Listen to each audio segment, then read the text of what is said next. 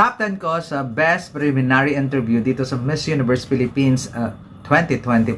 Malalaman nyo na. Hello, Cravelas, mabuhay! This is Gay Salardega and welcome back to my YouTube channel.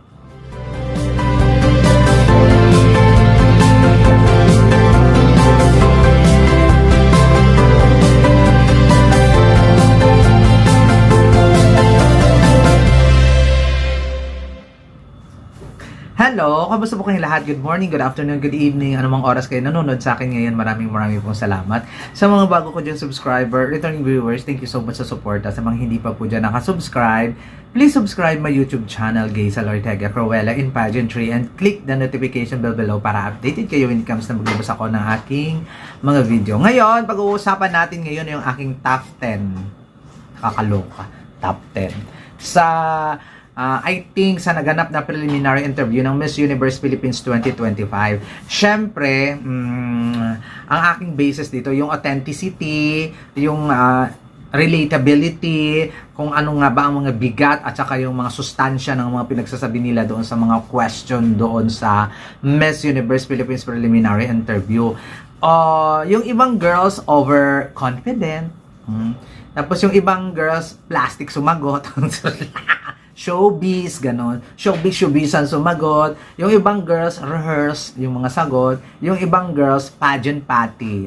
Diba? So, i-ekis na natin yun ng bonggang-bongga. Top 10 lang yung napili ko talaga kung sino ba talaga ang kumabog sa kanilang preliminary interview. Siyempre, iba naman yung bet ninyo, iba naman yung sa akin. Basta kung saan ako nakarelate, kung saan ako nag-enjoy, kung saan ako feeling ko, natuwa ako sa kanilang interview, yun lang din yung akin. At ito na nga. My number 10 sa aking listahan, Bohol, Tyra Goldman. Kasi wala talagang duda na napakagaling niya talaga when it comes sa comm skills. Kahit ano pa siguro mga tanungan at kung anong mga eksenang itatanong mo sa kanya, kaya niyang sagutin with the flying colors. Ganon.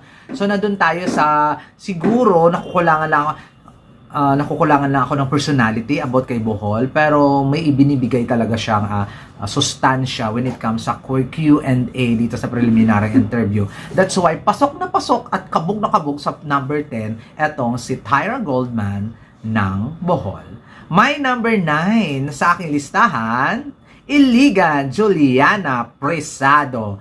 To be honest guys, gusto ko talaga yung nagtagalog siya sa umpisa ng kanyang interview. Magaling din talaga siya. At kung magtatagalog siya, plakado. Tapos pag mag-English siya, plakado din. Masaya lang ang bahay. Parang wala kang nakitang plastic at saka ka-showbizan sa mga eksena niya. Diba? I love Juliana Presado ng Iligan City. Pasok at kabog sa number 9. My number 8 sa aking listahan, Siargao. Diba? Hindi niya iniisip na pasok si Siargao sa akin, no? To be honest, isa sa mga genuine girls dito. Relatability-wise, amazing. Ang beautiful din niya. Tapos ang ganda niya magsalita. Ewan ko sa inyo, pero ako napansin ko talaga siya, si Miss Siargao. Kaya feeling ko aabot to ng top 20. Watch out, isa din siya sa may mga award. Malay mo si Siargao, kumabog ng bonggang-bongga. At my number 8, Siargao. Diba? My number 7 sa aking listahan, Siniloan Laguna. Nandun tayo na okay naman yung kanya. Okay, hindi. Magaling din naman siyang sumagot. Medyo na-awkwardan na ako sa first statement niya doon sa pagpapakilala niya sa sarili niya. Kung ano na naman yung mga vocabulary words sa mga pinagbibitawan niya. Diba? Pero knowing her, alam naman natin kung ano ang capability niya when it comes talaga sa Q&A. Pasok at kabog sa number 7, Siniloan Laguna, Iliana Marie Aduana. My number 6 sa aking listahan, Sultan Kudarat. Chelsea Fernandez. To be honest, mas impressive yung ibang mga interview niya sa mga ibang pageant niya kaysa dito. Pero so far, okay lang naman. Bongga din naman. Mas bet ko yung Miss Globe na interview niya, head-to-head kineme niya. Ang talino niyo doon ng bonggang-bongga. Pero love ka rin si Chelsea Fernandez kasi alam naman natin kakabog talaga din naman ito sa competition. Kaya nilagay ko siya sa aking number 6. Kaya guys, yung mga iba, ang galing-galing mag-English, pero hindi ako nakaka-relate, kaya hindi ko sila mga pinapasok-pasok dyan. Yung iba din, sobrang, sobrang paggamit nila ng salitang English din, nakakalimutan na nila na Sa Philippines pa rin to. Kumbaga, may mga accent pa, parang hindi ko bet, gano'n, ng bonggang-bongga talaga. Tapos yung iba talaga na overpower nila yung eksena. Parang ang simple-simple lang ng mga tao na about sa sarili nila and about why, kung bakit mo ikaw gusto maging Miss Universe. O gano'n, parang hindi naman struggle. Parang alam naman na yata ng lahat na yun yung the one question that got away. Charot lang! Hindi, yun naman talaga yung question pa. So, parang obvious ba na rehearse. Yung ibang mga nakakaloka, mga naluloka ko sa mga salita ang epitome, ano pa tawag doon, mga I consider myself. Tapos dinudugtong na yung mga nila, dinudugtong na yung mga advocacy, tapos mga embody, I am embody of kineme, mga naiirita ako. Parang sakit siya sa tenga pakinggan. Charot lang. Diba? O, eto na. Papasok na ako sa aking number 5. My number 5 sa aking listahan, Pasay Amanda Russo. Alam mo talaga kung pasabog magsalita diba? Hindi dahil magaling siya mag-English at dahil sa Amerika siya lumaki, magaling at may utak din talaga itong batang ito. Talagang very professional lang siya pag sumagutan. Amazing. Talagang relatability is real sa kanya ng bonggang-bongga. That's why pasok sa number 5, the tallest of them all, Pasay City, Amanda Russo. Number 4 sa aking listahan, Muntinlupa, Winwin Marquez. Nagulat ba kayo sa kanyang galing sa mga Q&A? Actually, hindi. Charot lang. Actually, I expect ng bonggang-bongga kay Winwin Marquez when it comes talaga sa closed-door interview. Kasi knowing her, na alam niya talaga kung anong isasagot niya. And dahil sa sobrang expectation ko, hindi ako na surprise na gano'n yung personality na ipapakita niyo. Kumbaga, a little bit of, ano ba tawag dito?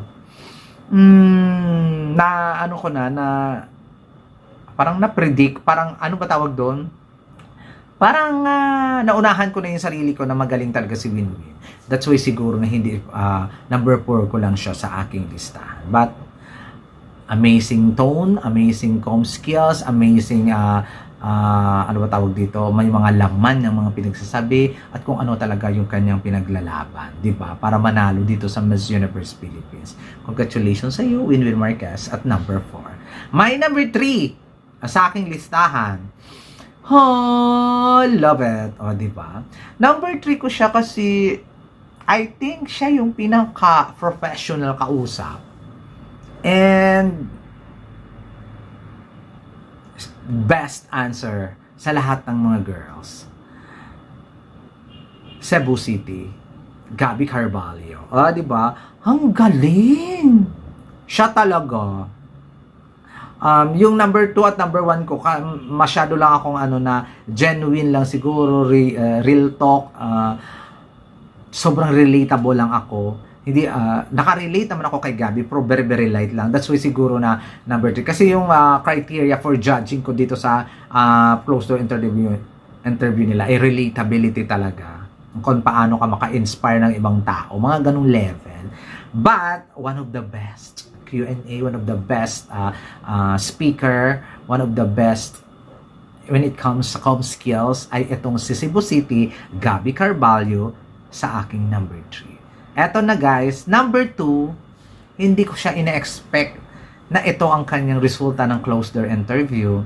Aminin nyo, kasi sa lahat dyan, siya ang pinaka-least na hindi ninyo feel ang kanyang interview. But number 2 siya sa akin, Katrina Ligado. Diba? Authentic lang yung atin nyo. Walang hunus dili, walang nakakapagsalita siya guys. Hindi nga lang to get point na kagaya ng mga iba na kung ano-anong mga vocabulary words at kung ano-ano ng mga words na hindi din natin naintindihan na kailangan mo pa ang Google.